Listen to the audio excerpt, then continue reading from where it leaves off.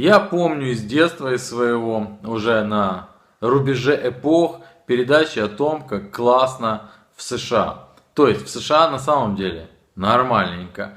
Но передач о том, как там в супермаркетах у них, к примеру, я не видел очень давно. То есть, мне кажется, что в супермаркетах Украины тоже продукты есть. Мне так почему-то кажется. Мы же европейская страна, вроде бы как.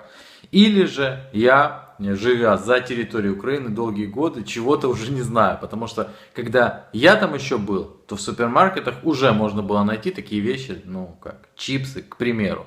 В общем, чтобы долго не говорить. На телеканале «Новый канал» вышла интересненькая передача о том, как живут в Штатах. В общем, репортаж из штата Пенсильвания. Мне кажется, очень интересными несколько моментов. Абзац у Пенсильвании. Я не знаю, кто ведущую учил так вести, но, возможно, это какие-то новые стандарты ведения передач. Міф номер 1. Американці завжди шкірять зубки. Смайл! Но я отлично знаю, за кого бы ее приняли там в многих странах Европы.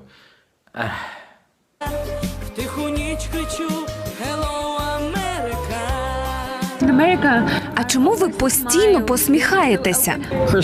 Ми дуже вдячні Богу за те, що народилися саме в цій країні, багатій вільній країні можливостей. Нам пощастило. Вот таких простых, спокойных, наполненных смыслом и выдержанных ответов я не слышал очень давно. Ответ классный, и я считаю, что любой житель любой страны должен так отвечать. Даже если ты таксист. Женщина в кадре, таксистка. Я напросилася в гості до американців. Хазяїв знімати не можна, а от в холодильник заглянути одним оком – будь ласка. У холодильнику американців не знайти. Пенсильвания штат достаточно обеспеченный. А вот эта вот кухонка навеяла на меня подозрение такого вот характера. Мне кажется, что ведущая нашла кого-то из наших, бывших или нынешних, которые там снимают, халупы, и выдала их за американцев. Потому что кухонка какая-то, очень непрезентабельная. Однако же, идем дальше, не будем придираться. Слушайте про чудо из чудес. Там на кухні немає столу, тому що їдять вони у вітальні. Удома А жопу они вытирают исключительно туалетной бумагой. А руки они моют специальным жидким мылом. Боже мой, ребята, да я с конца 80-х такого не слышал. Я на кухне не ем с детства. Кухня для того, чтобы еду готовить. Вы уж как-то, совсем уж. Откуда приехала эта девушка? Откуда она приехала? Скажите. Первый раз выехала за границу? Да вижу, что впервые. Обязательно это хэм, это ветчина. Вот эта вот барышня, хэм, это ветчина, она 1,5 года назад сбрилась из Украины. Она сидит в характерной футболке.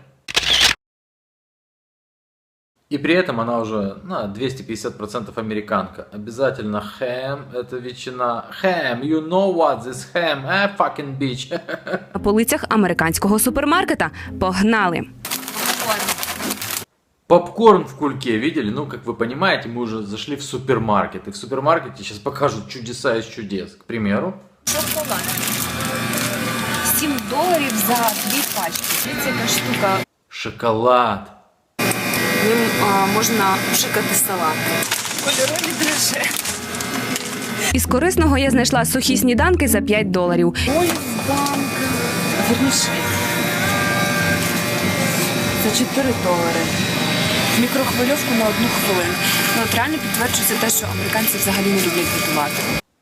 Реально подтверждается то, что американцы вообще не любят готовить. А реально подтверждается чем? Тем, что куча полуфабрикатов, которые засунул в микроволновку там на 2 минуты или на 1,5, что-то получилось. В любом супермаркете, любой европейской страны вы найдете кучу, огромную вот такую вот кучу полуфабрикатов. Это что, подтверждает, что каждая из стран Евросоюза не любит готовить? Ладно. А Италия, а Испания, да и Франция, в общем-то. Да любая страна. Там любят готовить. Кто-то любит, а кто-то не любит. Что это за выводы такие? За літр $2. А солодка вода за 2 літри $2. Тобто виходить, що солодка вода коштує дешевше, ніж мінералка. Еще один гениальный вывод. Стоит литровая минералка. Нам не показывают, что это за минералка, но я полагаю, что минералка не из дешевых. Во всяком случае, сзади написано что-то там про Альпы. Альпийская водичка, скорее всего. Рядом стоит Кока-Кола.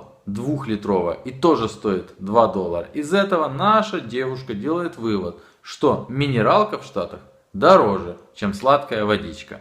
Сейчас я вам продемонстрирую кое-что уже из киевского супермаркета. Одного и того же супермаркета. Смотрите внимательно. Киевский супермаркет. Найдем минералку.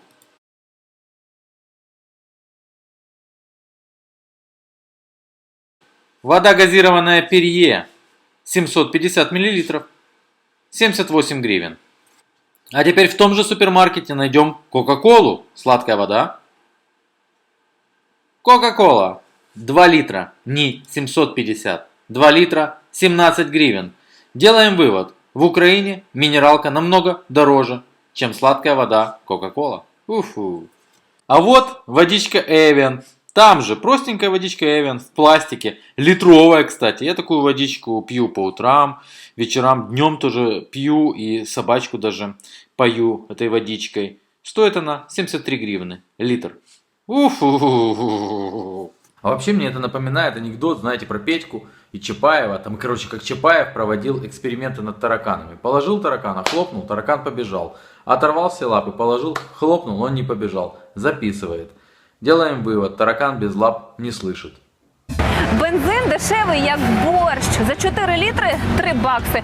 При середній зарплаті американця у $8000 це для них не гроші. Бензин дешевый как борщ, и при средней зарплате $8000 это вообще не деньги за него платить.